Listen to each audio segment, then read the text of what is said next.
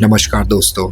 अभी हमारी सीरीज़ चल रही है जहाँ पे हम आपको दिखा रहे हैं कि जो बादल फटा था देहरादून में 17 और 16 सितंबर को, उसके बाद हमारे देहरादून और मसूरी की कुछ डेस्टिनेशंस के कैसे हालात हैं, कार्य किस स्थिति पर है, क्या रोड खुल चुकी है। इसी सिलसिले में आज हम निकल चुके थे आईएसबीटी से होते हुए मालदेवता। एक बहुत इंपॉर्टेंट इन्फॉर्मेशन आपको बता दें, अगर आप गूगल मैप का इस्तेमाल करते हैं खास करके पहाड़ी क्षेत्र में तो थोड़ा ध्यान से चलिए, क्योंकि गूगल मैप उतना सक्सेस पहाड़ी क्षेत्रों में नहीं होता।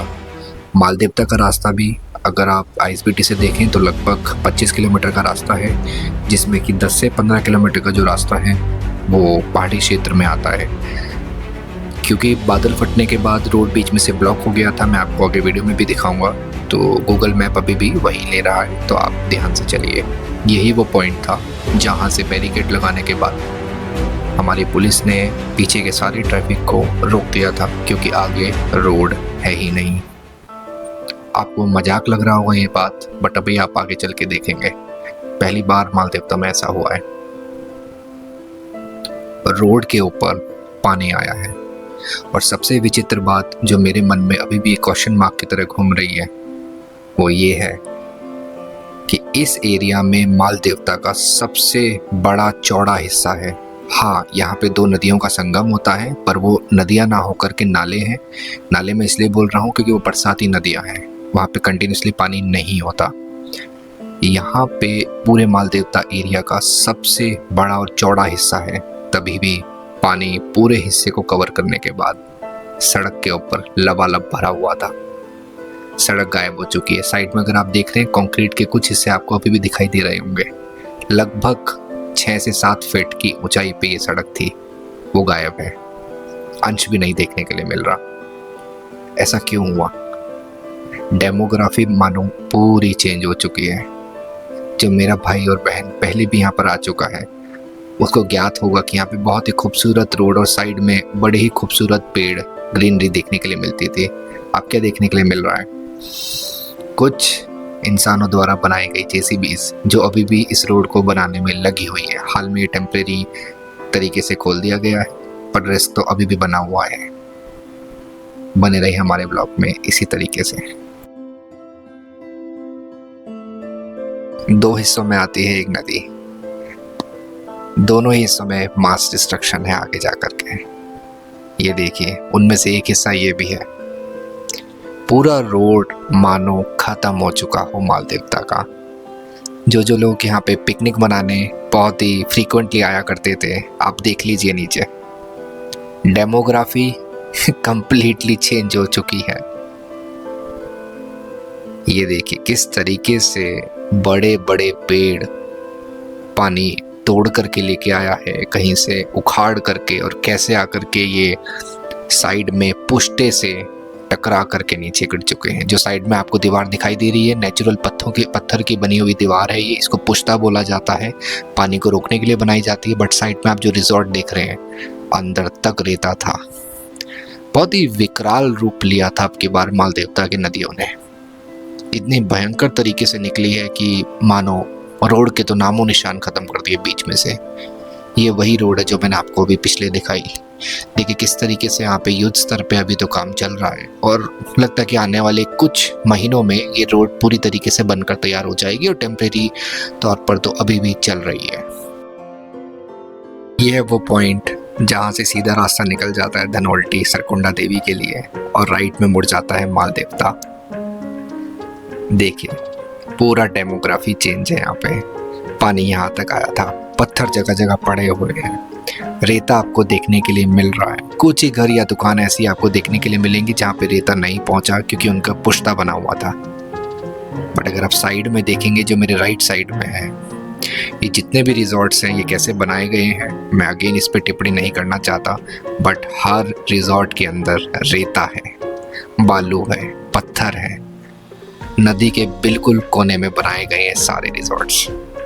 अगर आप देख रहे हैं सड़क पे 2 फीट 1.5 फीट और कहीं कहीं पे 3 फीट भी आपको ये रेता देखने के लिए मिल रहा है। ये कोई कंस्ट्रक्शन का रेता नहीं है, ये पानी द्वारा आया गया रेता है। देखिए साइड में रिजॉर्ट्स अगर आपको शॉर्ट्स में भी दिखाई दे रहे होंगे, पूरे में रेता भरा हुआ है, क्योंकि उसके राइट में मालदेवता की नदी है।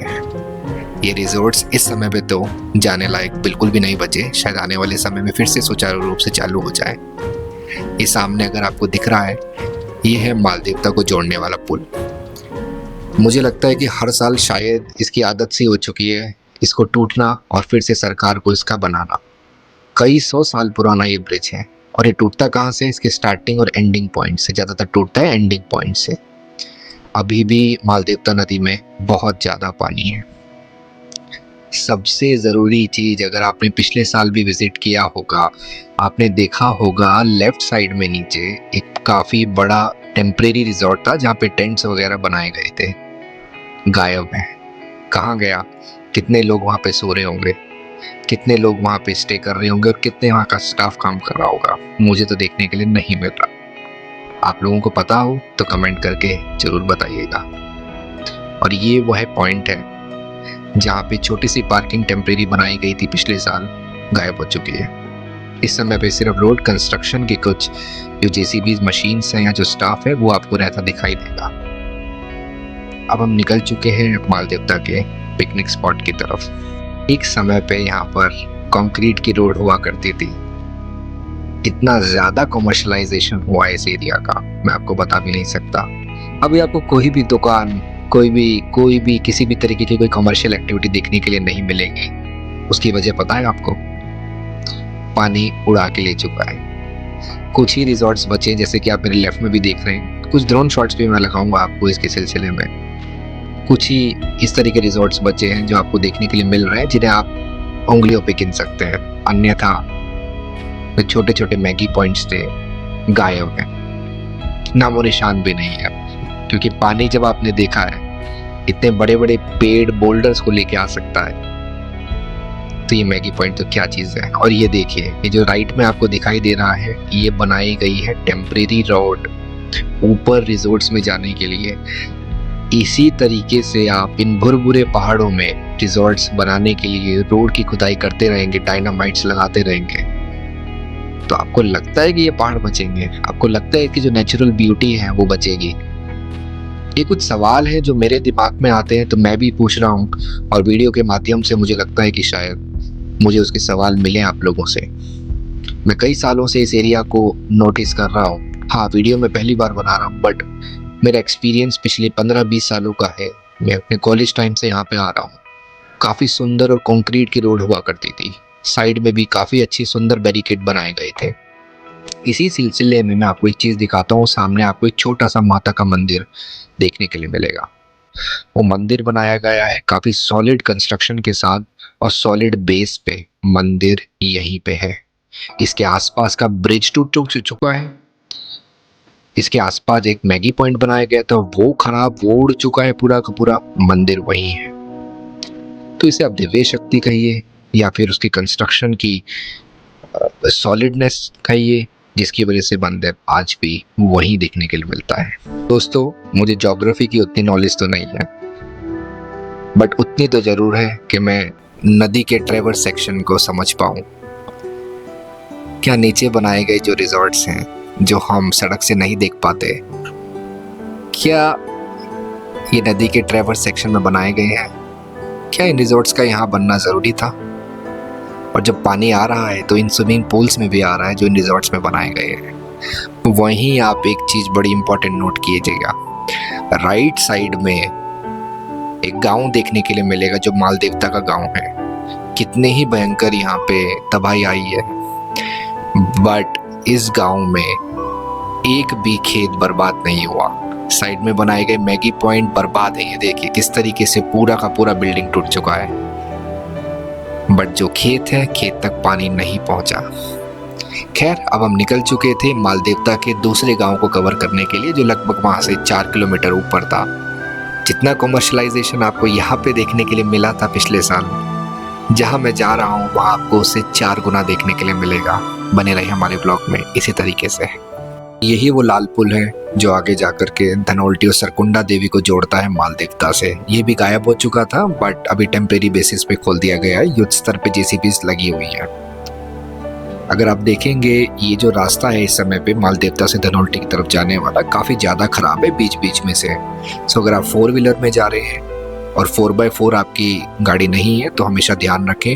और अगर आपको धनौल्टी सरकुंडा देवी जाना है तो ये बैक साइड का रास्ता ना लेकर के मसूरी से होकर ही जाएं। ये मेरा एक्सपीरियंस है और मैं आपसे शेयर कर रहा हूँ।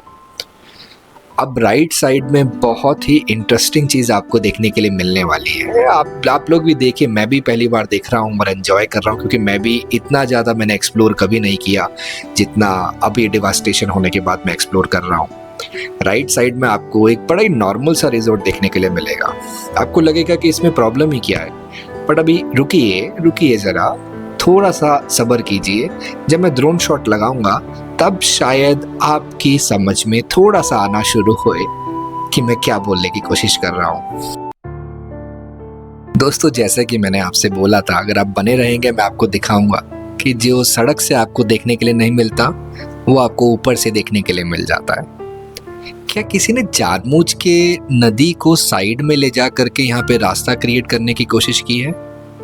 चलिए मान लेते हैं कि समय के साथ नदी ने ये रास्ता बना भी दिया और ये पैच बन के तैयार भी हो गया। क्या इस पैच में एक रिजॉर्ट जैसी चीज बननी चाहिए? क्योंकि रिजॉर्ट में मेरे हिसाब से आते हैं टूरिस्ट जिनको पहाड़ों के विषय में काफी कम नॉलेज होती है। इस तरह के डिजास्टर्स अगर आते हैं, क्या टूरिस्ट उतने प्रोन होते हैं? उन्हें पता होता है कि इन डिजास्टर्स में कहाँ भागना है, किस तरीके से एक्ट करना है? जो हमारे पहाड़ी लोग जो कई हजार साल से यहाँ पे रह रहे हैं उसमें अडॉप्ट हैं, क्या वो लोग एक्लेमेटाइज हैं इन एरियाज के लिए? मुझे नहीं पता, आप कमेंट सेक्शन में बता सकते हैं। बट कहीं ना कहीं आप नदी के रास्ते को रोकोगे या डाइवर्ट करोगे, एक ना एक समय पे वो नदी अपना रास्ता बनाएगी। बने रहे हमारे ब्लॉग में और इसी तरीके से देखते रहिए बहुत ही इम्पोर्टेंट स्पॉट्स जो आप रोड से नहीं देख पाते वो हवा से देखेंगे। एक और काफ़ी बढ़िया चीज़ देखने के लिए मिली, नदी के फ्लो को रिजॉर्ट तक ना जाए उसके लिए पुश्ता बना दिया लगभग 100 मीटर आगे।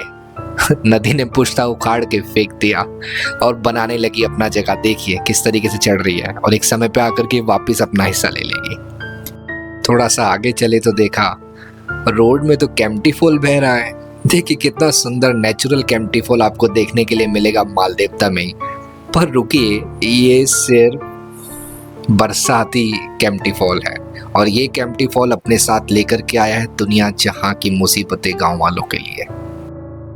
अगर आपने मेरा पिछला वीडियो देखा होगा आपको पता होगा बादल कैसे फटते हैं। बादल टकराते हैं पहाड़ों से, पानी ज़्यादा होने के कारण वो ऊपर नहीं उड़ पाते, ट्रैप हो जाते हैं पहाड़ों के बीच में, टकरा जाते हैं और एक साथ जो बारिश उन्हें अगले 1 घंटे में, 2 घंटे में या फिर 2-4 किलोमीटर के एरिया में करनी थी, एक ही स्पॉट पे एक साथ वो पानी गिरता है और उसी के कारण ये डिस्ट्रक्शंस देखने के लिए मिलता है। और इस तरीके के छोटे मोटे मैगी पॉइंट्स उड़ के मिट्टी में खाक हो जाते हैं।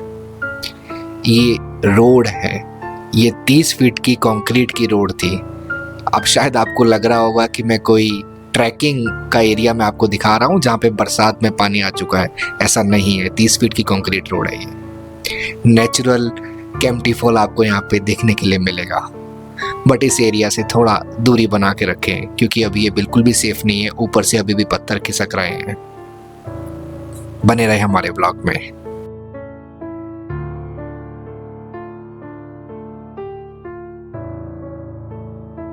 तो अगर हम दोनों तरफ दीवार लगा देंगे और नदी को नाले में तब्दील कर देंगे, ये देखिए दोनों तरफ पुश्ते लगा करके एक तरफ बना दी है सड़क, सामने है गांव। अगर आप देख पा रहे हैं तो ये पुश्ते इनको बोला जाता है जो साइड में दीवार की जाती है पत्थर से, ताकि पानी इधर उधर ना जाए। और इस तरफ भी ये पुश्ता बना करके दीवार खड़ी कर दी गई है और पूरा गांव यहाँ पे बस गया है।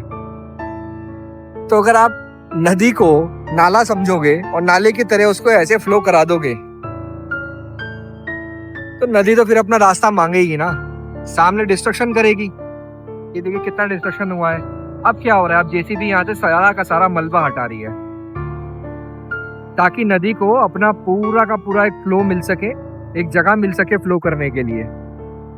आगे अगर आप देख पा रहे हैं तो आगे फिर भी जगह है, सामने की तरफ फिर भी जगह है, तो नदी उतना उग्र रूप नहीं ले रही।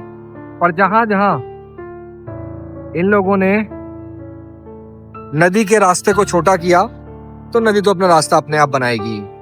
अब एक सबसे इम्पोर्टेंट चीज नोट करने वाली ये है कि हम वीडियो को देखते हुए या मैं भी ऑब्जर्व करते हुए बड़ी आसानी से बोल दूंगा कि ये सरकारों का काम था, यहाँ पे रिजॉर्ट्स नहीं होने चाहिए।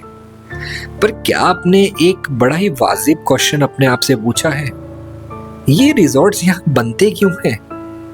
या लोग यहाँ पे आकर के इस तरीके से नदी के जो नेचुरल फ्लो है उसको काट करके क्यों बसते हैं? और उसका एक बहुत ही साधारण सा आंसर आपको देखने के लिए मिलेगा। और भी आंसर्स हो सकते हैं, बट जो मेरे जहन में आंसर्स आते हैं, रिजॉर्ट्स बन रहे हैं, स्विमिंग पूल्स बन रहे हैं, क्यों?